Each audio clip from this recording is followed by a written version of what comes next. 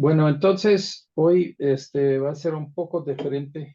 Este, el capítulo es muy largo, entonces tengo preguntas, pero también las preguntas son muy largos también. Y lo que quiero hacer es tratar de gastar la mayor parte del tiempo leyendo y repasando. Voy a decir, este, voy a tratar de enfatizar ahí los puntos que tenemos que son importantes mientras que estamos pasando por ahí y luego vamos a hablar un poco de ellos y luego ahí en las preguntas. Capítulo 2 son los ministerios del Espíritu Santo. Y entonces cuando hablamos de esto, ya que vamos a ponerlo así en comparación de Jesucristo. Jesús vino y tuvo un ministerio, vamos a decir, muy enfocado, una tarea para cumplir, de morir en la cruz y resucitar. Pero a la misma vez, tuvo presencia en el Antiguo Testamento y tiene presencia después que la ascensión. Y entonces, el Espíritu Santo en ese capítulo vamos a verlo por toda la Biblia. Vamos a ver lo que está haciendo para nosotros y a la vez también vamos a estar analizando lo que es su trabajo, su ministerio y cómo se relaciona con el tema de ese libro, el que es espiritual. Este, el autor hace el punto que un cristiano es cristiano porque tiene una relación correcta con Cristo. Si tú no tienes Jesucristo como tu Salvador, no eres salvo. De ser salvo, forzosamente, quiere decir que tienes igualmente una relación con el Espíritu Santo. Y entonces, lo mismo es cierto sobre el Espíritu. Tenemos que tener una relación con el Espíritu, y se habla no de salvación, pero de santidad. La calidad de vida del creyente es un asunto tremendo ante Dios. Satanás está tratando de causarnos todos los daños que puede porque lucha en contra de Dios. Y nosotros somos el campo de lucha. Primer paso es de ser salvo. Segundo paso es de ser espiritual. Y está envuelto en ser espiritual, de ser un trabajador en el trabajo de Dios. Entonces tomamos parte del trabajo de Dios. Dios quiso hacernos nosotros partes de este de extender la salvación a la humanidad. Entonces, no podamos hacer esto realmente como Dios quiere hasta que recibimos el poder del Espíritu Santo. Recuerden que es muy importante el punto. Jesús mandó a los discípulos de esperar y no ministrar hasta que recibieron el Espíritu Santo ahí 50 días después del día de Pentecostés. Ok, el autor lo divide el Espíritu Santo según el Antiguo Testamento. Número 2, el Espíritu Santo según los Evangelios hasta Hechos 10:43, que es un punto muy importante. El Espíritu Santo según los demás de Hechos y hasta el final del Nuevo Testamento. El Espíritu Santo en el Antiguo Testamento, y vamos a ver uh, poco, pero ya que, pues nada más para tener unos puntos. Dice, aquí, como en todas las escrituras, se declara que el Espíritu de Dios es una persona, más que una influencia. Él se revela como siendo igual en deidad y atributos con nosotros dos personas de la deidad. Sin embargo, aunque incesantemente activo en todos los siglos antes de la cruz, no fue sino hasta después de este gran evento que Él convirtió en una presencia permanente en los corazones de los hombres, también en el cuerpo de todo cristiano. Aquí, Juan 7, versículo 37 a 39, en el último y gran día de la fiesta, Jesús se puso en pie y alzó la voz diciendo, si alguno tiene sed, venga a mí y beba. El que cree en mí, como dice la Escritura, de su interior correrán ríos de agua viva. Esto dijo del Espíritu que habían de recibir los que crecen en él, pues aún no había venido el Espíritu Santo, porque Jesús no había sido aún glorificado. Unos puntos aquí muy importantes. El Espíritu Santo, cuando Jesús dijo esto, este es en Juan 7, cuando Jesús predicó, declaró, enseñó esto, el Espíritu Santo no ha venido. Busques en una concordancia Espíritu Santo en el Antiguo Testamento y vas a encontrar muchas ocasiones en que el Espíritu vino y afectó a la gente de una forma. Y entonces Jesús no está negando, la escritura no se contradice, pero de lo que refería Jesús, la venida del Espíritu Santo en Hechos 2, es un evento mayor. Siempre en el Antiguo Testamento, vino el Espíritu y le dejó, ¿ok? Entonces era una venida y dejada.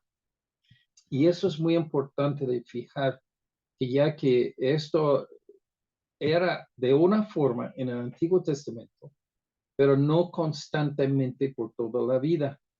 Se ocupaba el Espíritu hacia la persona. En el Nuevo Testamento es para toda la vida. Cuando Dios saca a todos los cristianos en el rapto, igual el Espíritu va a ascender al cielo de la tierra. Después, entonces, de ese tiempo, el Espíritu regresa como fuera en el Antiguo Testamento. El autor lo hace ese punto luego en ese capítulo. Juan 14, 16 a 17. Dice, yo rogaré al Padre y os daré otro consolador para que esté con vosotros para siempre. El Espíritu de verdad, al cual el mundo no puede recibir porque no le ve ni le conoce, pero vosotros le conocéis porque mora con vosotros y estará en vosotros. ¿Ok? El cambio es simplemente que ya que en lugar de venir sobre una persona y salir, entonces va a morar con la persona salva y va a estar en la persona. Y como ya que dice, para siempre. Esa es la gran diferencia. A menudo se encontraba con personas como se revelan en los eventos de estos registrados en el Antiguo Testamento. Pero el Espíritu vino sobre ellos para lograr ciertos objetivos y los dejó. Yo pienso en Sansón, vino el Espíritu, le empoderó para luchar y luchó y pues conquistó a los filistinos en esa situación, en ese momento. Y luego el Espíritu le dejó. Dice, cuando la obra estuvo hecha tan libremente como había venido, o sea, se fue tan libremente como vino. En ese respeto al ministerio, ninguna persona en el Antiguo Testamento tuvo elección o esperó tener elección en los movimientos soberanos del Espíritu. Sansón no buscó el Espíritu. Sansón no pidió el Espíritu. ¿Sí? Al final, antes de su muerte, cuando estaba entre las dos columnas, pidió Dios, dame esa fuerza una vez, la última vez, para que ya que destruyó todo el templo de Dagón. Ok, pero a la verdad, lo demás de los tiempos así del Espíritu Santo viniendo y saliendo de una persona era para un trabajo de hacer y esta misma persona no tuvo control y que realmente no fue por su deseo de tener el Espíritu y pues tan rápido que vino, le dejó. Eh, la cosa es, si nosotros comparamos todas las situaciones donde el Espíritu vino sobre alguien en el Antiguo Testamento, no tuvieron la experiencia de hablar en lenguas. No se tiraron y revocaron en la tierra, en el polvo. No hablaron en lenguas, no hicieron milagros, nada de eso. Eso era una cosa más bien del Nuevo Testamento, pero ya no, ya que podamos ver nada más el ejemplo único, que es muy dudoso, de Saúl, en que vino el Espíritu sobre él y empezó a hacerse loco. Muchos comentaristas dudan la salvación de Saúl. Entonces, pero por todos modos, el Espíritu que vino sobre él era de restringirle, no de darle así algo de poder espiritual. Entonces, esto era en el tiempo del Antiguo Testamento.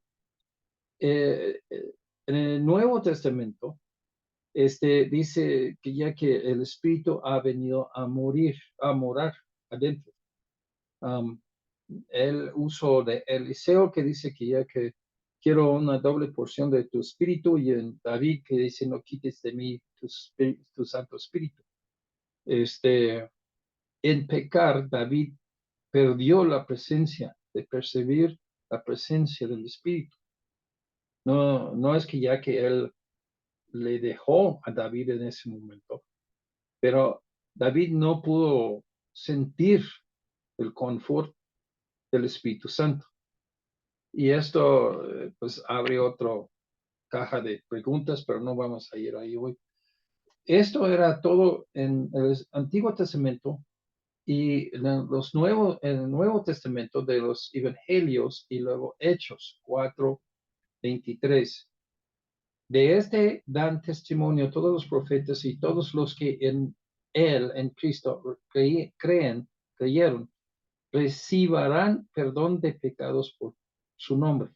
Entonces, esto es el punto de división en hechos. ¿Ok? Lo hablamos luego de un poco más adelante. Este, el carácter esencial de la relación del Espíritu con los hombres durante el periodo de los evangelios y el de la transición o progresión, desde las relaciones seculares del Antiguo Testamento hasta las relaciones finales y permanentes en esta dispensación de gracia. Que aquí hay un versículo, dice, pues si vosotros, siendo malos, sabéis dar buenas dádivas a vuestros hijos, cuánto más vuestro Padre Celestial dará el Espíritu a los que se lo piden. Jesús enseñó esto. Después de haber dicho esto, Jesús, cualquier de sus discípulos pudieran haber pedido el Espíritu Santo, pero que consta con los testimonios del Nuevo Testamento, nunca pidieron. O sea, no tenemos ningún ejemplo después de este punto, ahí con Cristo, y realmente antes, que ya que pidieron para el Espíritu Santo. La promesa está ahí, la oferta está ahí. Si lo tomen, entonces sí, pero no. Y que lo vemos en el discurso y este progreso de esta doctrina del Espíritu Santo en el Nuevo Testamento, que Jesús dice, yo rogaré al Padre. Entonces, esto es una invocación divino. Una persona de la Trinidad está pidiendo al otro para que lo manda el tercero.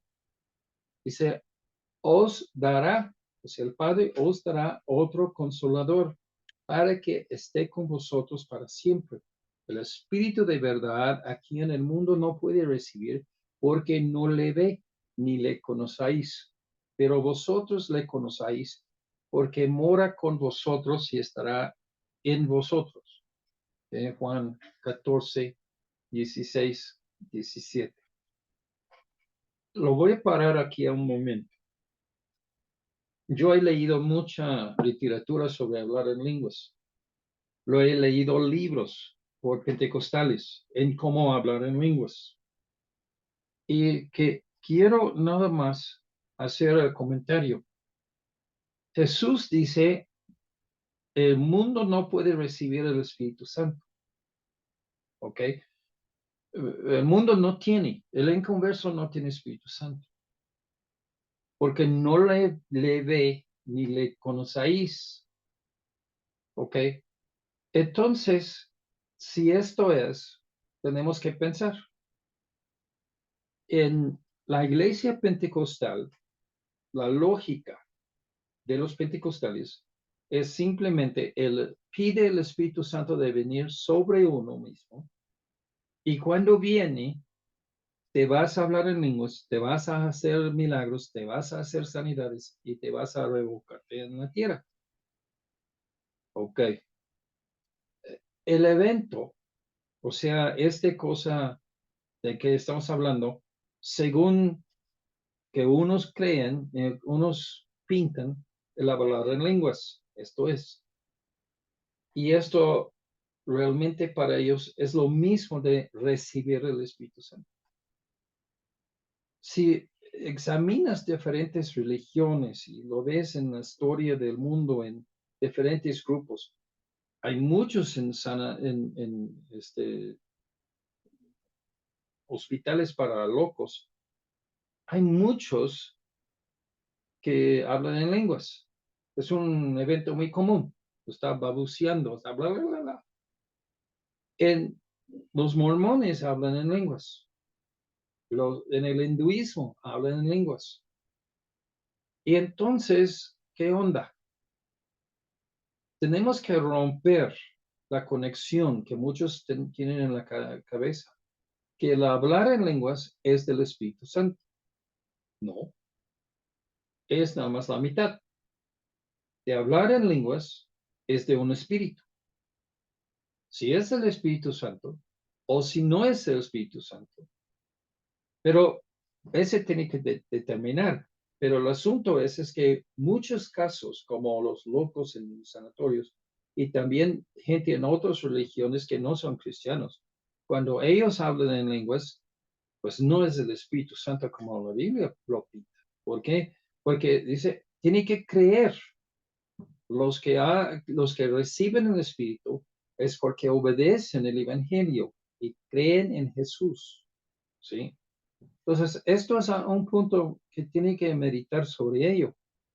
No es siempre hablar en lenguas, es de Dios. ¿Sí? Los espiritualistas creen que todos los espíritus existen, pero a la misma vez presumen que esos espíritus son benignos. Pues es sobrenatural, pues eso no lo vamos a discutir, sí es sobrenatural. Pero el asunto es que es de Dios o es de un demonio. Ya esto sí tienes que verlo, porque ya que un Espíritu Santo no hace cosas malas, no causa daño a la persona con quien que se trata. ¿Ok? Sin embargo, la oración del Hijo de Dios no puede quedar sin respuesta. Jesús pidió al Padre que el Espíritu, manda el Espíritu para nosotros.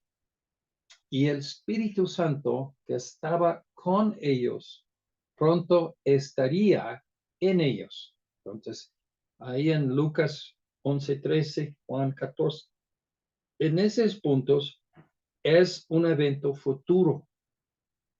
Ok, está bien, futuro. Pero si vemos en Juan 20:22, aquí dice, habiendo dicho esto, Jesús sopló y les dijo, recibid el Espíritu Santo. ¿Ok?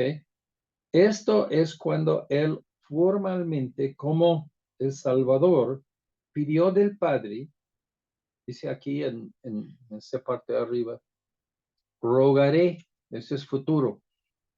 Pues Juan 20 es ese futuro, es cuando ya rogó. Posean el Espíritu que moró en ellos desde ese momento en adelante. Y eso es lo que tenemos que agarrar. Es incorrecto para cualquier persona hoy en esta dispensación de pedir de recibir el Espíritu Santo. Porque esto es una cosa, lo vemos en dos partes, en esta parte aquí, en Juan 20 y 22, donde Jesús formalmente pidió y Dios el Padre envió el Espíritu en el día de Pentecostés, 50 días después de la ascensión de Jesús. Entonces, tenemos que ubicarnos y esto es exactamente el asunto. Hechos 1:4, y estando juntos, les mandó que no se fuera de Jerusalén, sino que esperaban la promesa del Padre, la cual que dijiste, que les dijo, oíste de mí. Aquí en Lucas 24:49, he aquí, yo enviaré la promesa de mi Padre sobre vosotros, pero quedaos vosotros en la ciudad de Jerusalén hasta que seas investidos de poder desde lo alto. Hubo un tiempo, y no lo digo así para hacernos flojos y de no es importante la obra de Dios y todo, pero hubo un tiempo de esperar en oración hasta que Dios le manda poder. Esto enfatiza la oración. La oración, el Espíritu Santo, es para el trabajo que tenemos que hacer.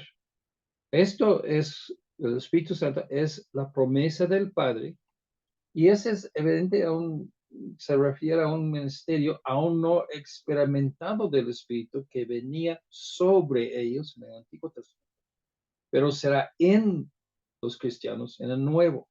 Entonces, estamos ubicándonos sobre cuándo y cómo el Espíritu Santo viene. Ahora ya estamos tocando nada más cuándo en esta parte.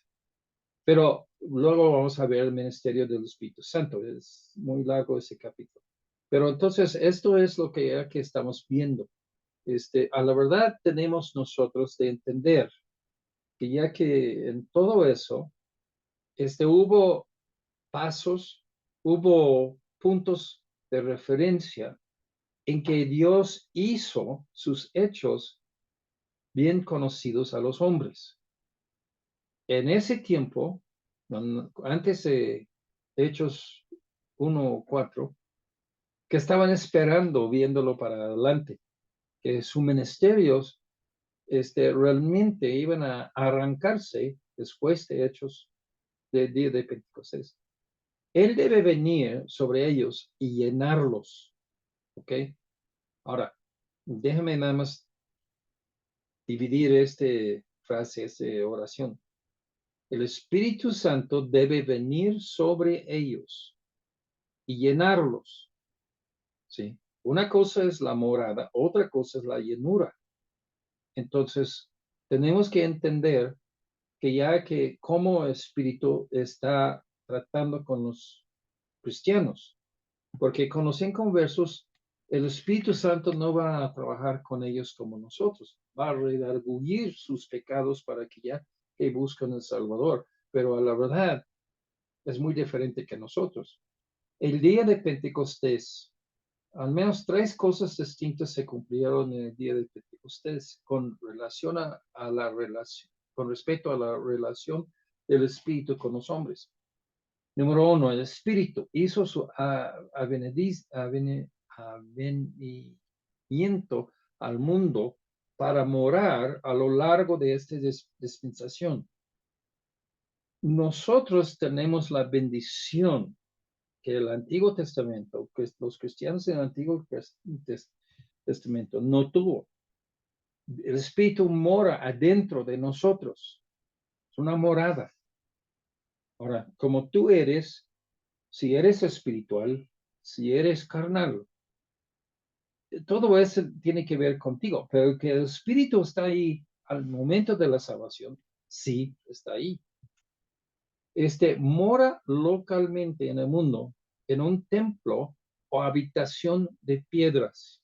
Y aquí lo vemos así que nosotros somos templo, nosotros, diferentes individuos que son salvos, somos que edifica el templo de Dios. Dice, ya no sois extranjeros ni advenedizos, sino ciudadanos con los santos, de los santos, y miembros de la familia de Dios. ¿Sí? Nuestra relación entre nosotros es enfocado, edificados sobre el fundamento de los apóstoles y profetas, siendo la principal piedra del ángulo Jesucristo mismo. ¿Okay? En todo, en quien todo el edificio bien coordinado va creciendo para ser un templo santo en el Señor, en quien vosotros también sois juntamente edificados para la morada del Dios en el Espíritu. ¿Sí? ¿Qué es un edificio? ¿Una piedra? ¿Dos piedras? ¿20 piedras? 20 piedras o 20,000 piedras no es un edificio. Tienen una relación las piedras entre sí de formar muros, para formar fundamento, para formar el techo. Todo esto es la relación entre una piedra y otra. Somos las piedras, pero somos las piedras cuando estamos en relación uno al otro, miembros de la familia de Dios. Entonces tenemos que ver que nuestra experiencia del Espíritu Santo tiene mucho que ver con nuestros hermanos. Así es muy, muy importante de agarrar. Dice, juntamente morada para morada de Dios en el Espíritu. El Espíritu se cabe en el molde de nosotros.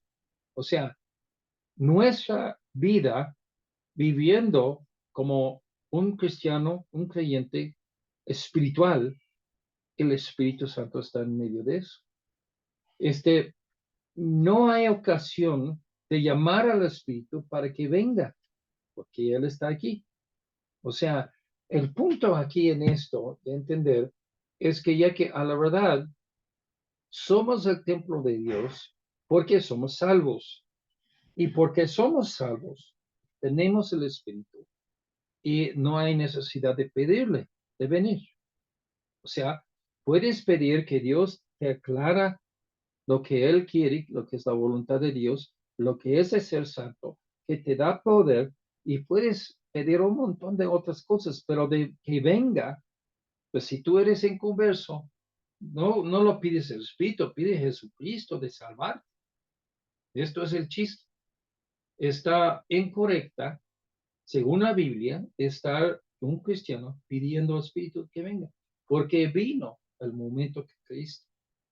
Si el Espíritu vino el día de Pentecostés y era un día de demarcación. Ese aspecto del significado de Pentecostés no se repetirá más que la encarnación de Cristo. O sea, hay cosas únicas y esto es uno de ellos.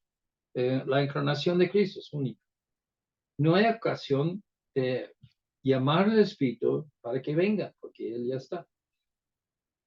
Otra vez, otra cosa. Una vez más, el Pentecostés marcó el comienzo de la formación de un nuevo cuerpo, un organismo, que en su relación con Cristo se llama la iglesia, es su cuerpo. ¿Ok? Tenemos que salir de la idea que nosotros, en nuestra vida, digo, como lo digo en una forma que no ofende, pero a la verdad, hermanos, que todo no es para bien para nosotros y para diversión. Queremos riquezas terrenales y queremos entretenernos, ¿no? Dios tiene un plan y somos parte de su plan. Tenemos que entrar en ese plan.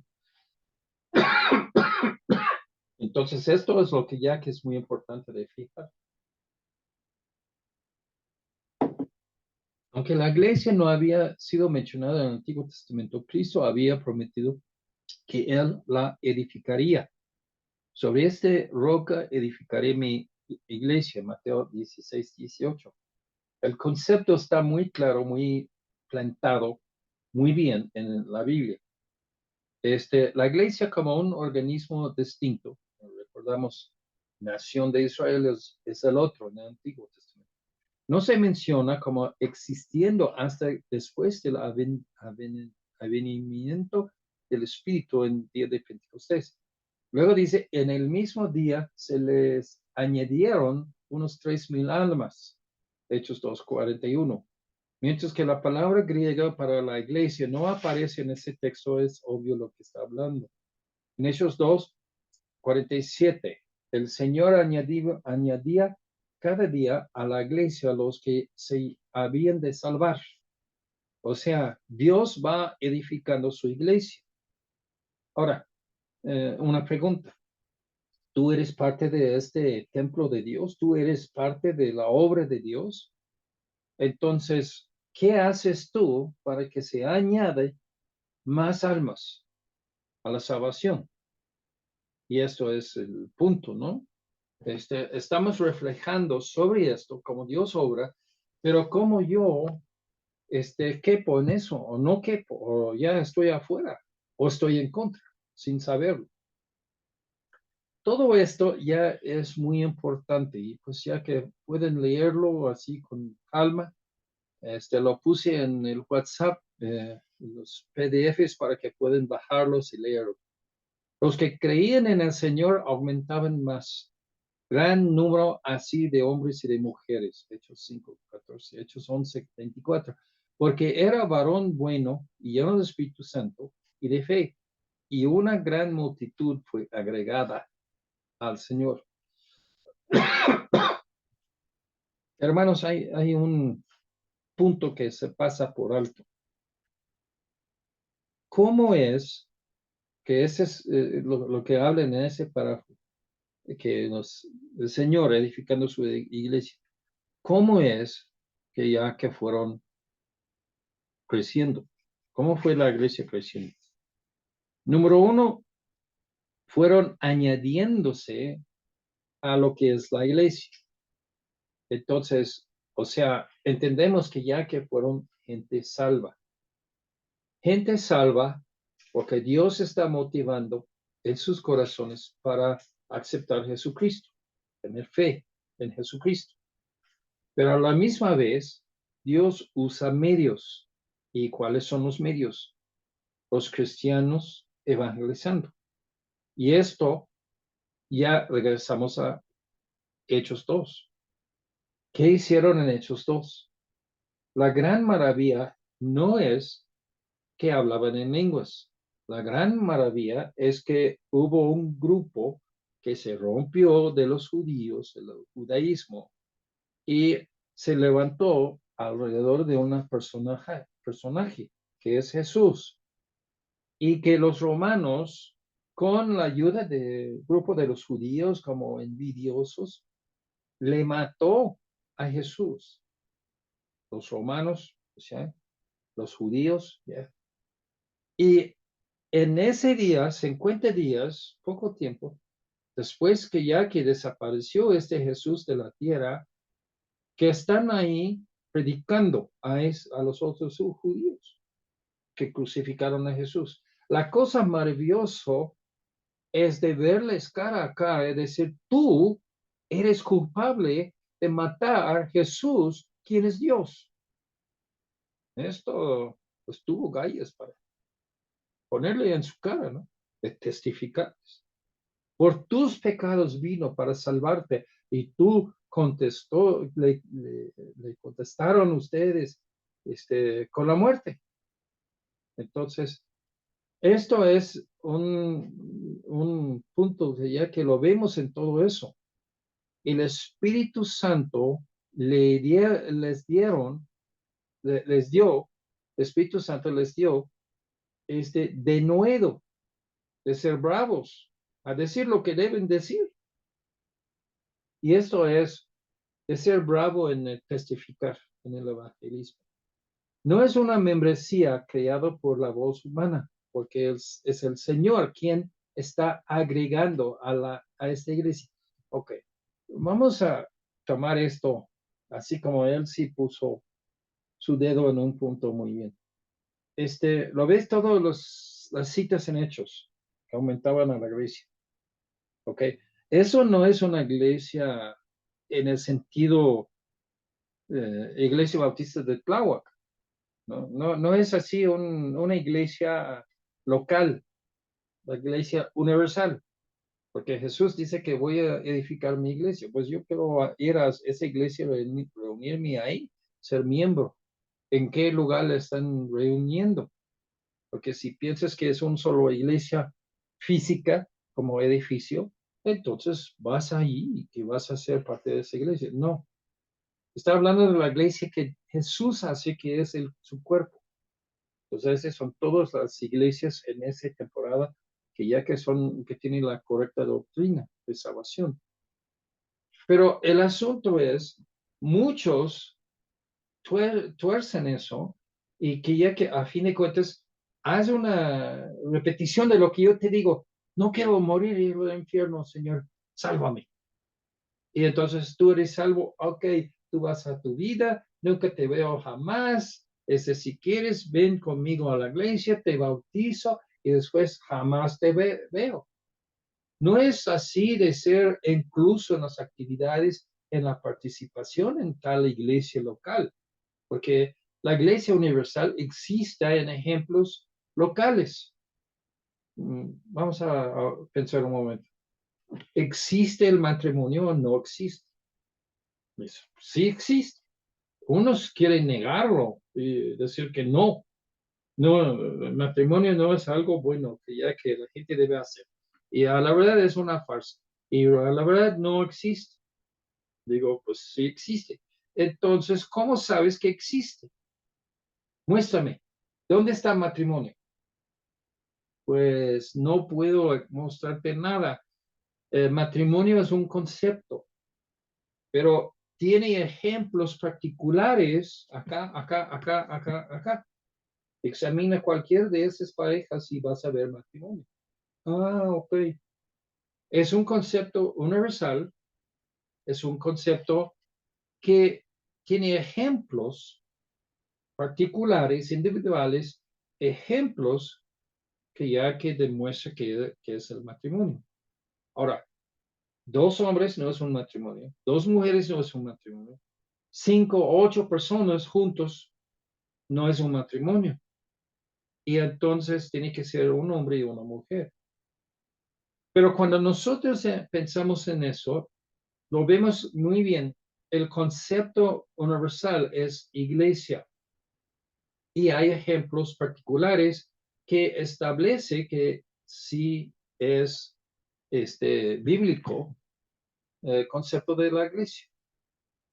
Entonces, la iglesia no es creada por voz humana. No somos nosotros quienes que hacen la iglesia, es Dios. Y esto quiere decir que número uno, que confesa a Jesucristo. Número dos, que congregan y que se hacen parte de la iglesia local y que se hace así trabajador. Entonces, esta gente que tienen montones de gente que acepta al Señor, a fuerzas tiene que explicar por qué toda la gente que ellos dicen que ya que son salvos, regresen al mundo y viven sin Dios, viven sin importancia de nada de la iglesia local. Dice Jesús, dice Dios en Hebreos 10:25, no dejándote de congregarte. ¿Esto es congregarte en la iglesia universal o la iglesia local? O sea, el concepto de iglesia, cuando dice iglesia, ¿cuántas veces habla de la iglesia universal y cuántas veces habla de la iglesia de Corintios, de Filipenses, de Colosenses, de Tesalónica? Esos ejemplos locales hacen válido el concepto de la Iglesia Universal. Entonces, tenemos que aclarar la mente, ¿sí? Aclaramos la mente en el punto que ya que cuando aceptamos Jesucristo como nuestro Salvador, al mismo momento eres bautizado por el Espíritu Santo. Y el Espíritu Santo viene a llenar tu vida con otra vida, con santidad y también de guiarte. Las vidas que fueron preparadas fueron llenas del Espíritu, o el Espíritu descendió sobre ellos con el poder prometido. ¿Ok? Mucho de lo que se ha mencionado hasta ahora se hace permanente en esa era, o sea, de la iglesia. Aunque este rito humano se continuó en unos pocos casos en relación con la llanura del Espíritu para el servicio. Y aquí tenemos versículos que hablan de esto, que ya que pues oraron, impusieron manos y que ya que fueron así con autoridad, que mandan así para hacer una obra para Dios. Pero aquí lo vemos varios versículos que habla de esto. Esto es un poco diferente de lo que Dios dio ahí en el día de Pentecostés. Ahora, antes de nada, no son conflictos. El ministerio del Espíritu Santo es múltiple. O sea, que podamos decir que el Espíritu Santo tiene muchos ministerios que va a hacer y no se limita a uno. Pero esto es lo que estamos viendo, que ya que todo eso, lo que el Espíritu Santo hace, cómo entró, cómo entra, cómo trabaja. Y aquí el ministerio del Espíritu. Entonces lo vemos diferentes formas en que Él obraba en ese tiempo. El, el Espíritu, según el resto de hechos y las epístolas, ya que no hay mucho que Él lo puso, porque los siguientes capítulos son exactamente de esto. A lo largo va a explicarlo. Entonces esperamos. Pero aquí, para terminar ese capítulo, y estamos ni a la mitad, pero el ministerio del Espíritu. Entonces empezamos a aclarar en nuestras mentes qué es, cómo es que el Espíritu trata a la gente en esa dispensación. Y de nuevo lo voy a enfatizar unas palabras que ustedes lo verifican luego. Pero somos dispensacionalistas. Dios obró diferente con Adán y Eva que con Moisés, con Abraham y con nosotros. Y las personas en el tiempo de la tribulación se va a hacer otro, tiempo de milenio, de 1000 años, cuando Cristo va a reinar, otro trato. Entonces Dios tiene dispensaciones y para entender la Biblia tienes que tener en mente que Dios obró en diferentes formas. Nosotros no vamos al templo en Jerusalén a matar un animal sobre el altar, porque ese era de otra dispensación y nosotros no somos llamados a hacer eso. Ok, 7 ministerios del Espíritu. Primero, el ministerio del Espíritu en la restricción. El único pasaje que habla de esto es el segundo de Tesalonicenses 2, 6 a 8. Y ahora vosotros sabéis lo que lo detiene, o sea, el hombre de pecado, a fin de que a su debido tiempo se manifieste, porque ya está en acción el misterio de la iniquidad. La iniquidad va a venir a juicio y Dios va a juzgar y Dios va a poner castigo y esto va corriendo como un reloj y va a llegar. Si tú tienes un reloj viejo de las dos manos, va a llegar a 12 en punto y nada más esperar. Entonces, la máquina está funcionando, el tiempo está corriendo y el tiempo de Satanás está acabando y él se pone más y más difícil en contra de los cristianos y de Dios. Solo que hay quien al presente lo detiene, ese es el Espíritu Santo, hasta que Él a su vez sea quitado de en medio. Sabemos de otros estudios, en otros pasajes, que esto va a pasar en el momento del rapto. Jesús va a regresar y Jesús va a llevar todos los salvos en ese momento al cielo, en el rapto. Y el Espíritu Santo se va a ser quitado en ese tiempo. Y después de esto, Satanás tiene, vamos a decir, libre mano de hacer lo que le quiere hacer. Ahorita, el Espíritu Santo usa gente salva para reprimir la maldad. Debemos nosotros parar el gobierno del pueblo de pecados por nuestro testimonio, por nuestra, vamos a decir, que tenemos muy fuerte oposición a lo malo y favor a lo bueno. Entonces, esto es lo que ya que se habla. Espíritu Santo va a ser quitado y esto vamos a ver más adelante en 1 Tesalonicenses. Y ese es realmente donde yo quise estudiar 1 Tesalonicenses para ver esto de que ya que vamos a ser quitados de este mundo, de esos problemas. ¿Ok? Satanás no está libre de hacer lo que quiere. Está adentro de diferentes limitaciones, restricciones. Y esto es por el Espíritu Santo. Inmediatamente antes del regreso de Cristo en su gloria habrá una apostasía y se revelará el hombre de pecado, que se opone y se levanta contra todo lo que se llama Dios o es adorado. Él está en contra de todo tipo de sistema de religión, en el sentido que ya que él quiere ser adorado y no quiere que gente estén adorando ni el verdadero Dios, ni tampoco falsos dioses, nada más él. Ahora sabéis lo que detiene para que él sea manifestado a su tiempo, porque el ministerio de la iniquidad ya está obrando, solamente el que ahora detiene dejará hasta que sea quitado de en medio. Entonces se manifestará aquel inicuo a quien el Señor matará con el espíritu de su boca, destruirá con el resplandor de su venida. Ok, entonces el que estorba a Satanás va a dejar de estorbar. El nombre del retenedor no es revelado en ese pasaje, pero es el espíritu que es la fuerza activa presente en esa dispensación. Es evidente que el Espíritu de Dios, quien estorba al hombre de Satanás y los proyectos de Satanás hace el tiempo divinamente señalado. El reloj corre y va a llegar.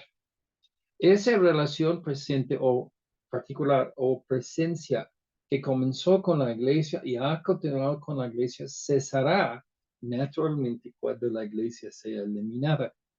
O sea, la idea aquí es, el espíritu va a refrenar la maldad de los hombres por medio de cristianos siendo usado por el Espíritu Santo.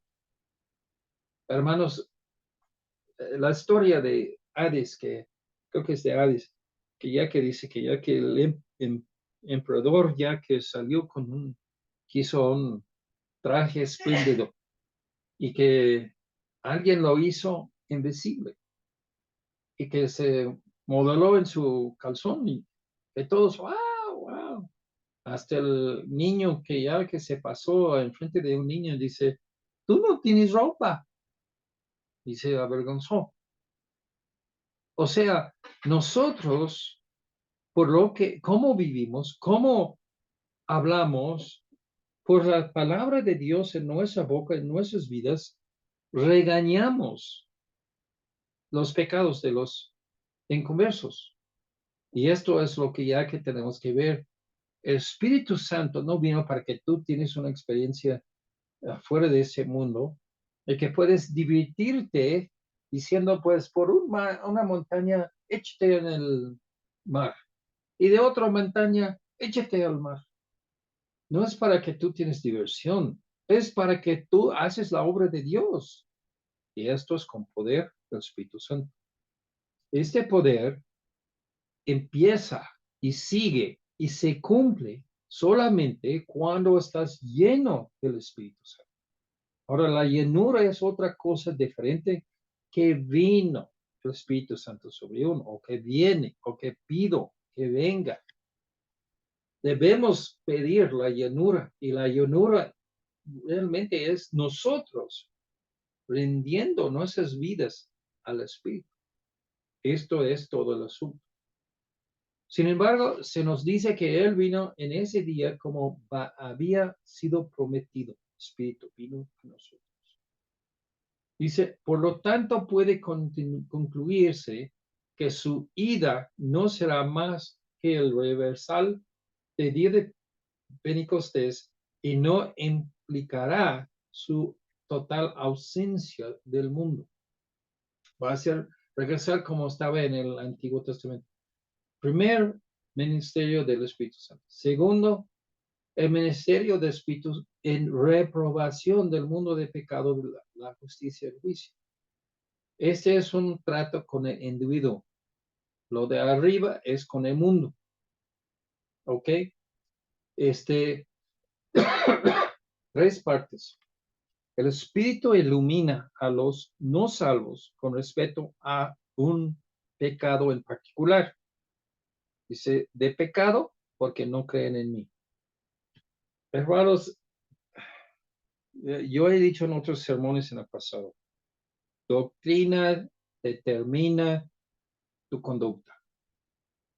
Lo que crees causa que tú actúes como actúas.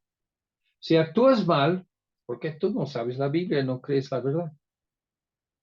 Entonces, el Espíritu Santo es quien, que ya que van a hacer la persona reconocer que es un pecador.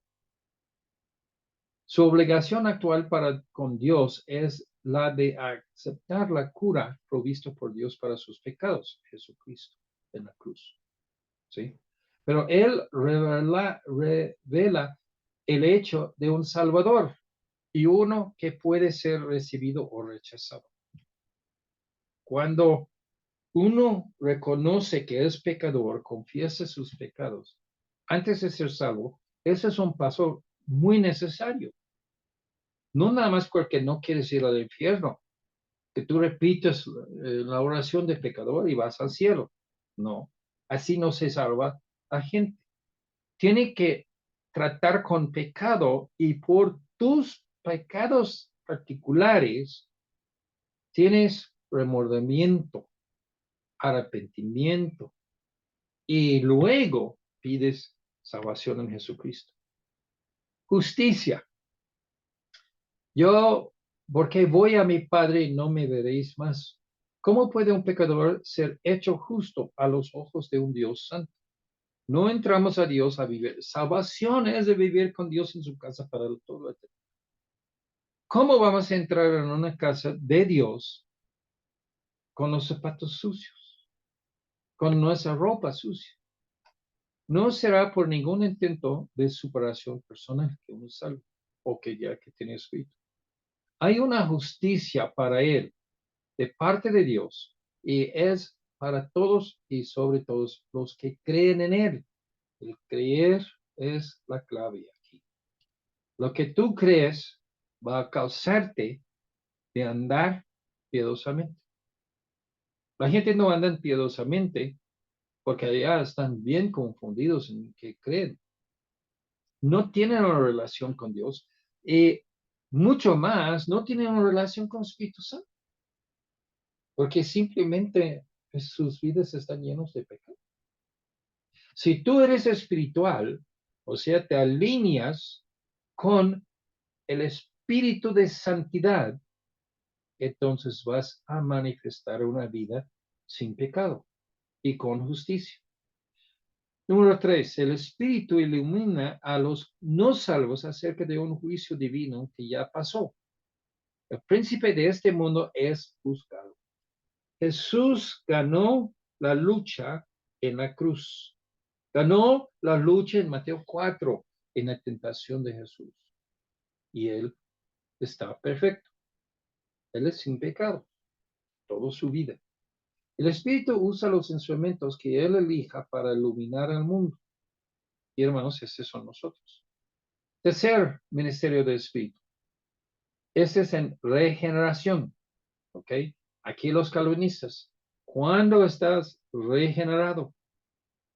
Y hay aquí que se mueve el punto de regeneración desde la salvación hasta antes o después. Y esto ya que los, paso creísmo, ya que después ni importa si no tienes nada de entendimiento de cómo debes vivir, ya eso es para una cosa después que ya que eres salvo así 30 años, luego vas a aprender. No. Dice Jesús que lo que es nacido de la carne, carne es, y lo que es nacido del espíritu, espiritual es. Es el nacer de nuevo, pasa el momento de salvación y se convierte a un legítimo hijo de Dios, participado de la naturaleza divina, por medio de los cuales nos ha dado preciosas y grandísimas promesas, para que por ellas llegaseis a ser participantes de la naturaleza divina. O sea, este naturaleza divina aquí es lo que estamos hablando, ¿sí? ¿Cómo puedes tener parte de esa naturaleza de Dios? Por ser santo. Entonces, está dado como objeto que nosotros llegamos a hacer, participar con el mismo salvación, misma naturaleza de Dios en nuestra salvación. Esta transformación se realiza cuando Él cree y nunca se repite. ¿Sí? 4. El ministerio del Espíritu como morando en el creyente. Y aquí lo vemos, esto es uno de los contrastes más vitales entre la ley y la gracia. No estamos bajo la ley del Antiguo Testamento, estamos bajo la gracia. Y en esto dice, la vida del creyente sea vivida en el poder inquebrantable del Espíritu. Tú tienes, no, o sea, vas a fracasar en tu vida espiritual siempre, siempre, siempre si no tienes Espíritu ahí, dándote poder, guianza. Y esto depende también de que, pues tú das puerta abierta al Espíritu de guiarte, de hablarte. Pero si no estás estudiando tu Biblia y obedeciendo lo que Él te muestra, entonces no. Como el hecho fundamento del nuevo estado de creyente. Entonces esto era la base y por eso tuvieron que quedarse en Jerusalén. En Hechos 5:32. Nosotros somos testigos suyos de esas cosas y también el Espíritu Santo, el cual ha dado Dios a los que le que obedecen. O sea, de tener el Espíritu Santo está vinculado con obedecer a Dios.